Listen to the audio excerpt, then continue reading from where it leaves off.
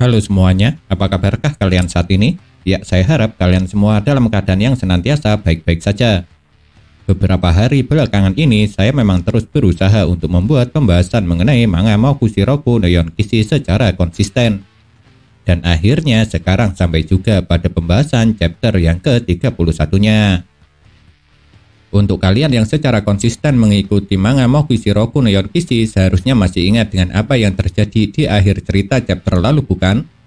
Ya, tepat sekali. Di halaman terakhir chapter lalu, akhirnya Hauser turun tangan untuk menghadapi naga kuno raksasa.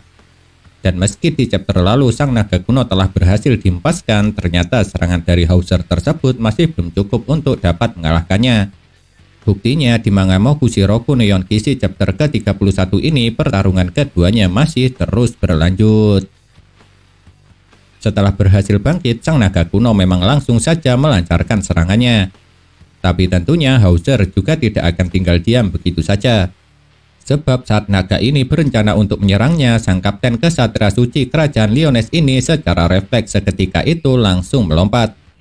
Lalu dalam lompatannya ini pastinya Hauser tidak lupa untuk melancarkan serangannya.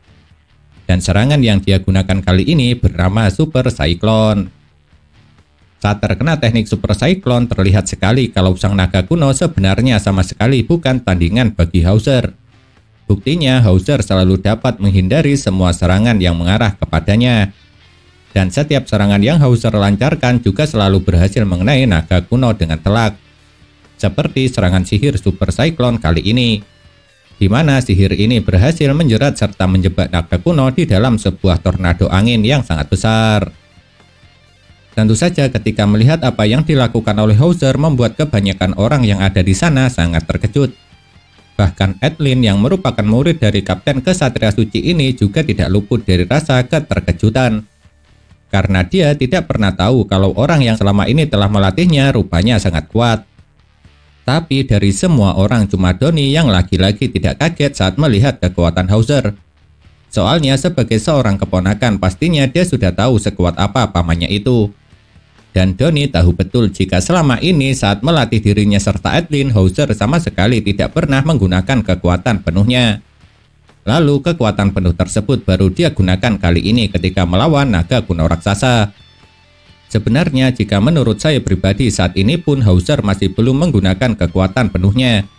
Soalnya kekuatan seorang kesatria suci sejati yang berhasil selamat dari perang suci melawan para iblis 16 tahun lalu tentunya tidak hanya sebatas itu saja.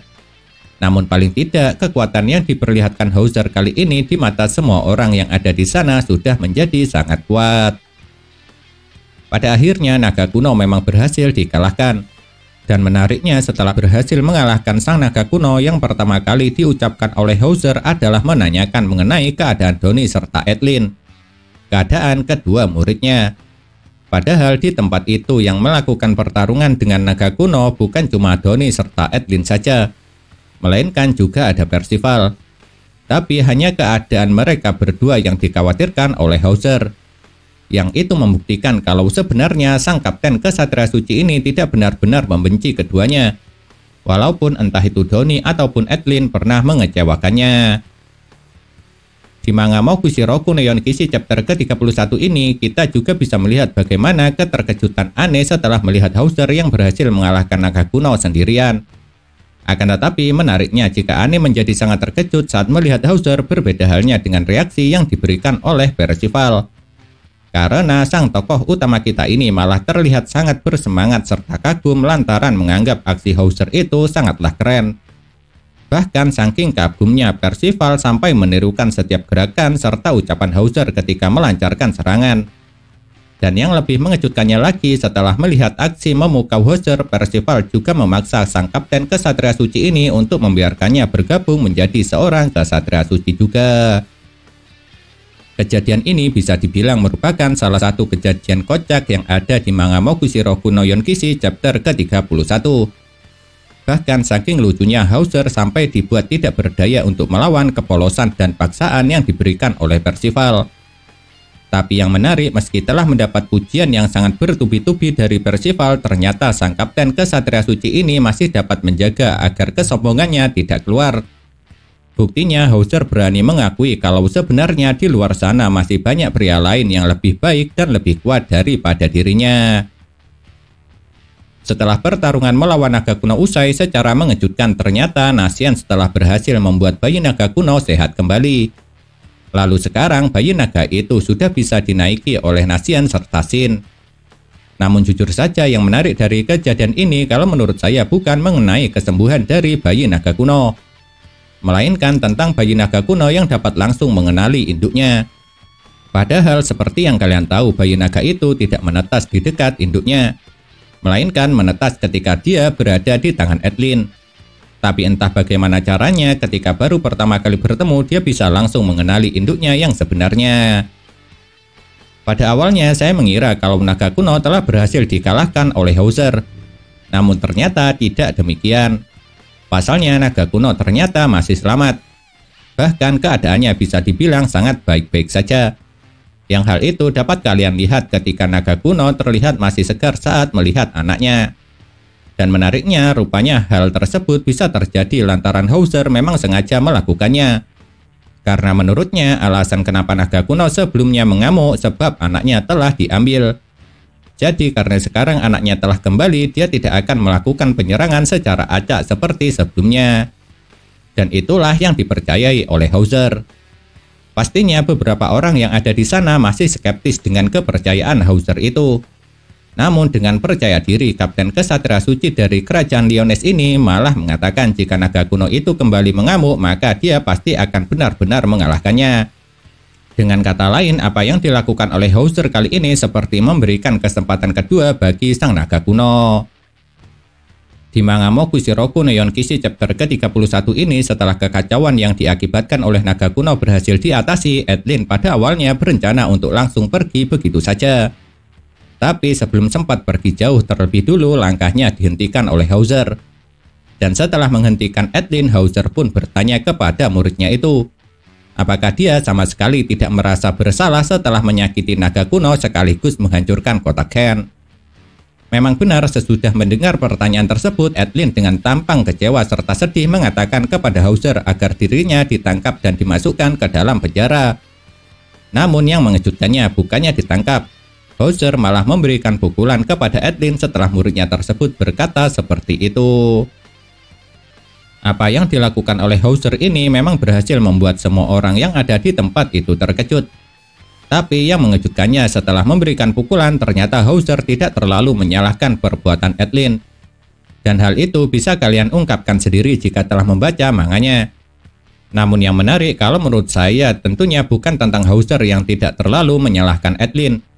Melainkan yang menariknya adalah ketika Hauser mengeluarkan tangan dan mengajak Edlin untuk memulai berlatih kembali menjadi seorang kesatria suci.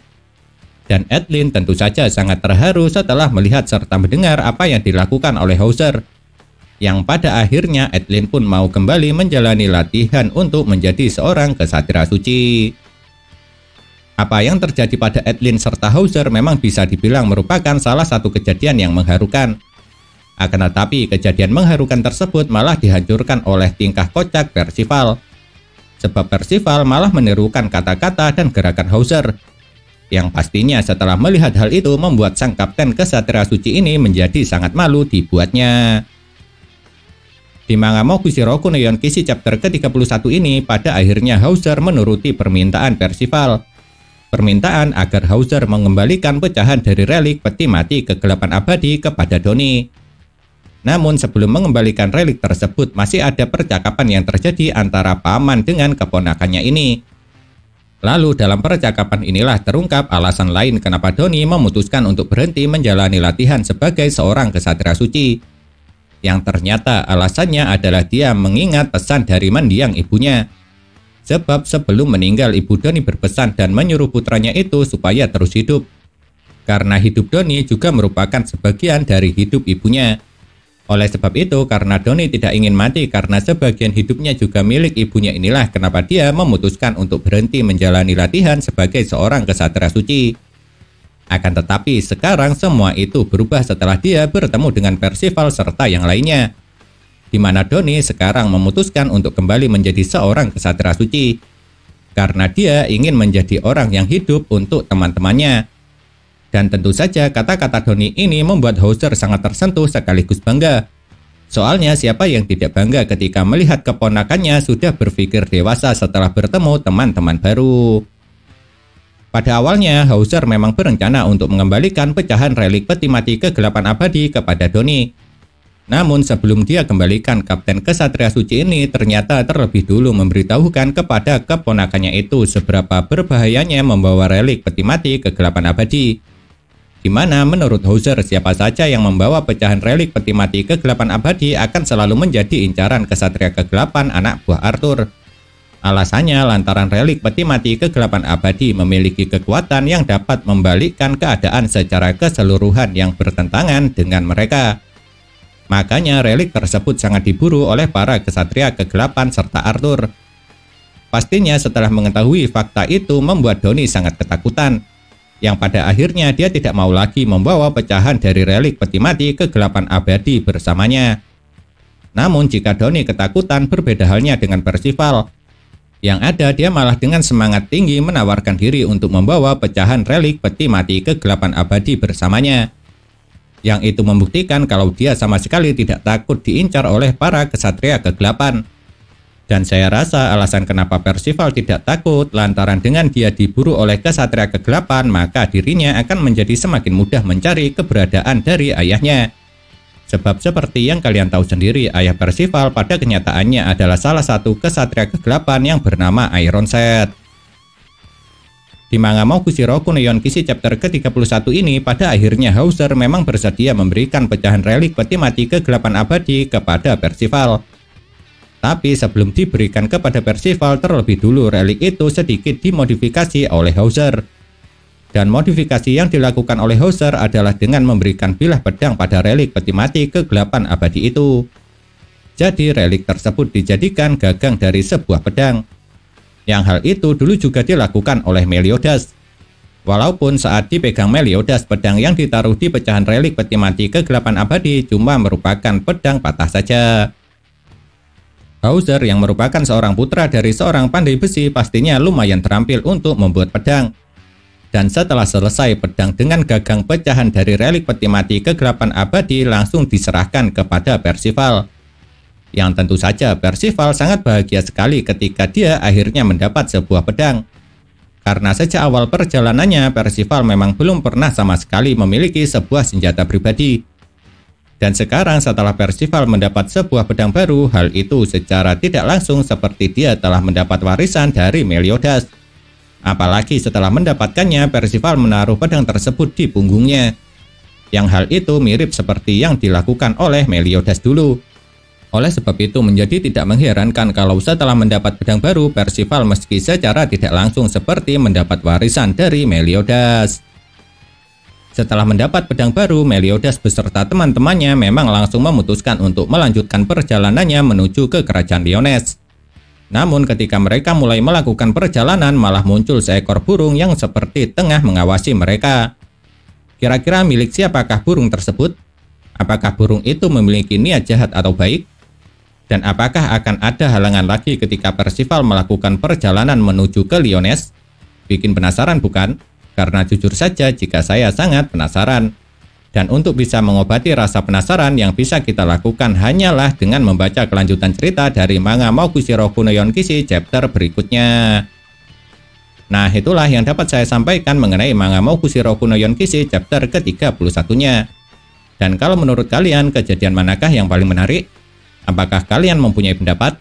Jika punya, jangan pernah sungkan atau ragu untuk menuliskannya pada kolom komentar. Karena komentar itu sangat berarti bagi saya atau teman-teman lain yang membacanya. Sebab komentar tersebut bisa dijadikan bahan referensi untuk saling bertukar pendapat antara kita semua.